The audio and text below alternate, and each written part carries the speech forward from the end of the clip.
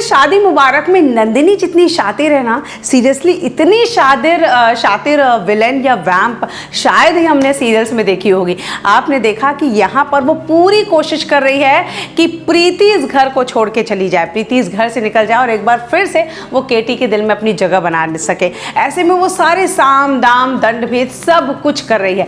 वैसे दिमाग बहुत है नंदिनी के पास। नंदिनी यहाँ पर एक ड्रामा करती है, वो पैसे देकर गुंडे हायर करती है और उन्हें कहती है कि जैसे ही केटी मेरे करीब आने लगेगा तुम लोग मेरे साथ ये सब करना शुरू कर देना। ये सारी चीज़ें करती है और अचानक से अपने बेटे को फ़ोन करती है। बेटा फ़ोन उठाता है, वहाँ पर केटी और प्रीति भी रहते हैं। यहाँ पर बेटा कहता है डैड मम्मा को कुछ गुंडों ने घेर लिया है, कुछ प्रॉब्लम हो गई है, उन्होंने किसी गाड़ी ठोक दी है, आप जल्दी चढ़िए, एक्सीडेंट हो गया है। ऐसे में प्रीति और केटी भाग के उस जगह पहुँचते हैं और यहाँ पर आप देखेंगे कि नंदिनी उन गुंडों को पैसे दे रही होगी और जैसे ही देखेगी पीछे से केटी की कार आ रही है, वो गुंडे शुरू हो जाएंगे कि आपने हमारी गाड़ी कैसे ठोक दी, गाड़ी से बाहर निकल, ये वो शुरू कर देते हैं, क्योंकि उन्हें तो पैसे मिले हैं। यहाँ पर केटी आके उन गुंडों से लड़ने की कोशिश करता है और वो गुंडे प्रीति के सामने सवाल पूछते हैं कि ये औरत है कौन तुम्हारी नंदिनी, जिसके लिए तुम इतना लड़ रहे हो, कौन है तुम्हारी। ऐसे में केटी सबको मारता तो है ही गुंडों को, साथ ही कहता है कि वो मेरी सब कुछ है।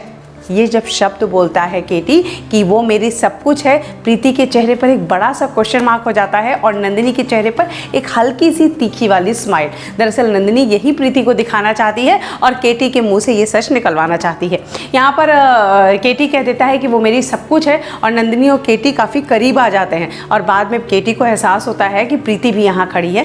खैर वापस सब घर जाते हैं और यहाँ पर नंदिनी फिर से प्रीति को जताने की कोशिश करती है कि केटी के दिल में कल भी वो थी, आज भी वो है और आगे भी वही रहेगी।